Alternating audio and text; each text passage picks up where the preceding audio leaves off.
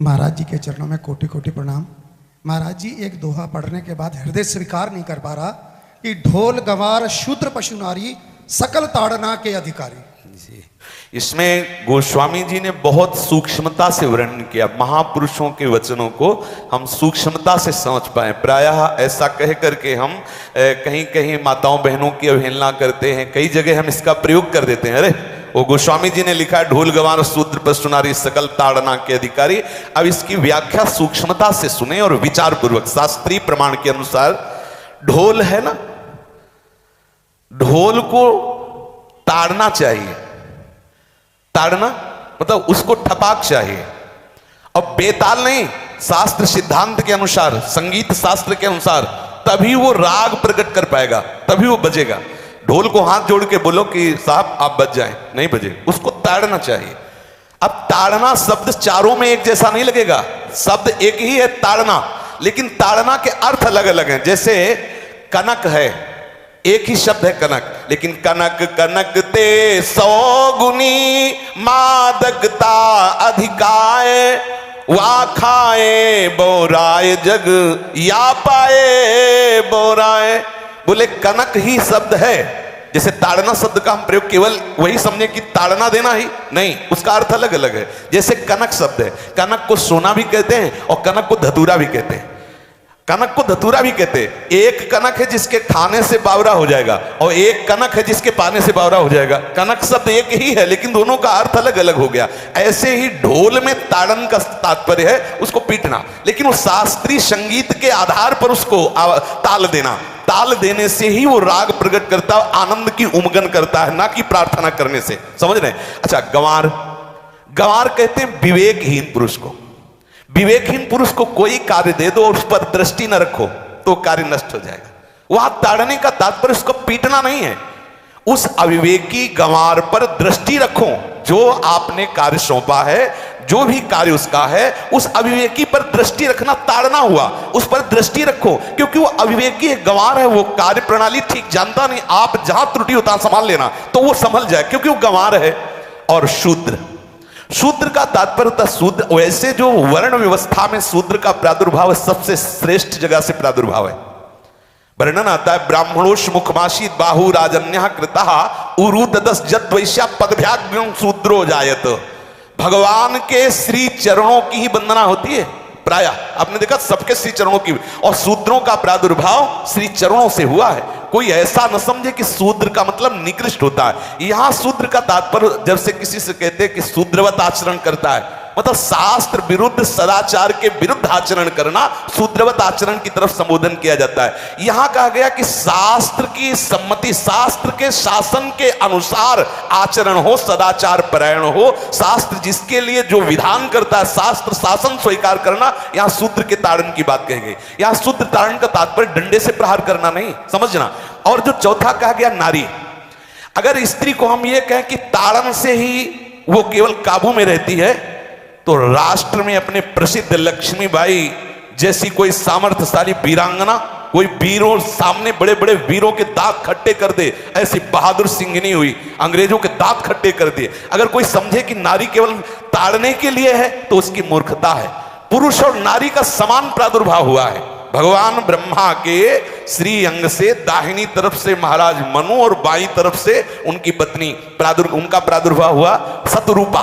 शतरूपा, अब आप बोलो एक ही शक्ति के दो भाग हो गए, एक पुरुष रूप धारण कर लिया, एक नारी रूप धारण कर लिया। अब यहां विचार जो है कि उस नारी के ऊपर ताड़न शब्द का क्या प्रयोग है। जैसे आप मार्ग में चले जा रहे हैं और आपने दृष्टि चूक कर दी और नारी आपकी स्त्री पीछे चल रही, तो कोई हमला कर सकता है, क्योंकि वो रत्न है। 14 रत्नों में एक रत्न स्त्री रत्न भी है। स्त्री को रत्न कहा गया है। भगवान श्री राम जब वनवास में जा रहे हैं तो सिया जी को आगे नाव में जब चढ़ाना होता तो पहले सिया जी को चढ़ा, सीए चढ़ाई चढ़े रघुराई, पहले आगे। दृष्टि रखो, दृष्टि चूक गई तो रत्न है। यहां दृष्टि रखना, शासन मतलब उसकी पिटाई करना नहीं कि जैसे ढोल को पीटा जाता है ऐसे स्त्री को पीटा जाए, शूद्र को पीटा जाए, तो गंवार को, यह व्याख्या नहीं है, यह मूर्खता है, इसे व्याख्या नहीं कहते। जैसे कनक शब्द के कई अर्थ होते हैं, ऐसे ही ताड़न शब्द का यहां अलग अलग प्रयोग है। स्त्री के ऊपर दृष्टि रखो, किस भाव की दृष्टि रखे? क्योंकि वो हमारे यहां रत्न की तरह है, कहीं कोई ऐसा ना हो कि कुदृष्टि वाला कोई उस पर हमला कर दे। पाणी ग्रहण संस्कार में रक्षा का भी सूत्र बताया जाता है कि आपको अभी ये समर्पित है, आप इसकी रक्षा करें। हमारे शास्त्रीय सिद्धांत में देखो कभी भी स्त्री को अकेला छोड़ने का सिद्धांत नहीं पाया गया।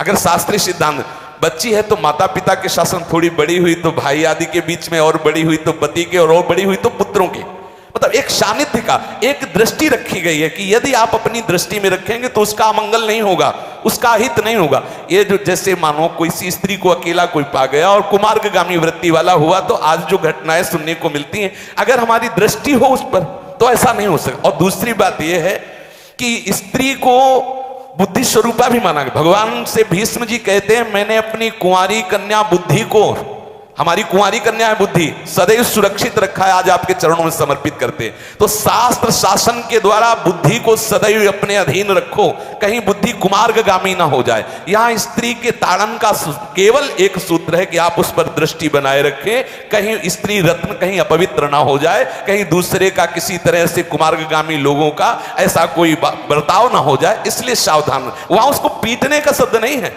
कि ढोल गवार शूद्र परशुनारी सकल ताड़ना के अधिकारी। ताड़ना का तात्पर्य वहां पीटना नहीं तो विद्वता में देखो तो एक से एक, साधुता में देखो तो एक से एक, वीरांगना देखो एक से एक, ऐसा नहीं कह सकते, क्योंकि जो सामर्थ्य पुरुष में वही सामर्थ्य भगवान ने स्त्री में भी दी, क्योंकि भगवान के ही दो रूप हैं, एक स्त्री और एक पुरुष, समझ रहे ना। तो इसमें एक ताड़न शब्द का कई अर्थ होता है। भगवान की साक्षात शक्ति स्त्री है। अगर कोई इस भाव से देखे कि स्त्री तो केवल ताड़ना, मतलब केवल गाली दे के बात करना, ऐसा नहीं। जिस घर में स्त्री का अपमान होता है उस घर का नाश हो जाता है, निश्चित हो जाता है। आप देखिए रावण का सत्यानाश हो गया जगदम्बा सीता के प्रति, दुर्योधन का सत्यानाश हो गया द्रौपदी के प्रति। जहां स्त्री का अपमान हो जाए, अगर कोई ये समझे कि स्त्री केवल मतलब जैसा हम चाहें वैसा व्यवहार करे, तो अगर नाश ना हो जाए तो हमें बता देना, क्योंकि भगवान की वो शक्ति है। अगर उसे तुम सोचो कि हम ताड़न करें, जैसे ढोल को ताड़न करें ऐसे ताड़न करें, तो तुम्हारा नाश हो जाएगा। बिल्कुल सच्ची बात समझ लीजिए।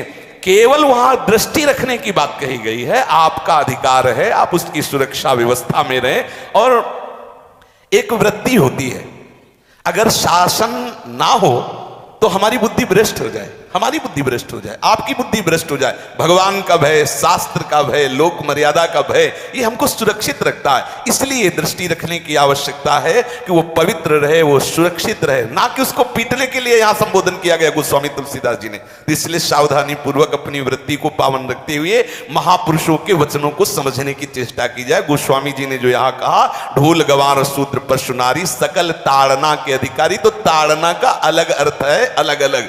जैसे ढोल में ताड़ना, तो वैसे ही सब जगह नहीं ताड़ना लगेगी। आप देखो पशु जो है, चालक जो घुड़सवार होता है उसको ताड़ना एड़ी से देता है। अपने चालक जो होता है घुड़सवार एड़ी से, किसान जो होता है वो बैल को बोलता है दाहिने, जैसे हल जोतने होता है बाएं, वो भाषा समझता है बाएं मुड़ जाए, और नहीं मुड़ता तो पीछे आ रही है एक छड़ी, उससे वो इशारा देता है, वो समझ जाता है। पशु को अपने इशारे से चला लेते। अब उससे कहे, खड़ा होकर हाथ जोड़ के कहे कि भैया बैल देवता अब थोड़ा दाहिने मुड़ जाओ, तो नहीं मुड़ेगा। जब लगाम पकड़ी और थोड़ा ताड़न किया और बोले दाएं, तो फौरन दाहिने मुड़ गया। आप देखो जो ये बैलगाड़ी चलाते हैं, घोड़ा गाड़ी चलाते हैं, ऊंट चलाते हैं, तो पशु शासन के द्वारा उसको इशारे से किधर चलना है उसको इशारा बता दो। अलग अलग जगह इस ताड़न शब्द का अर्थ प्रयोग किया गया है।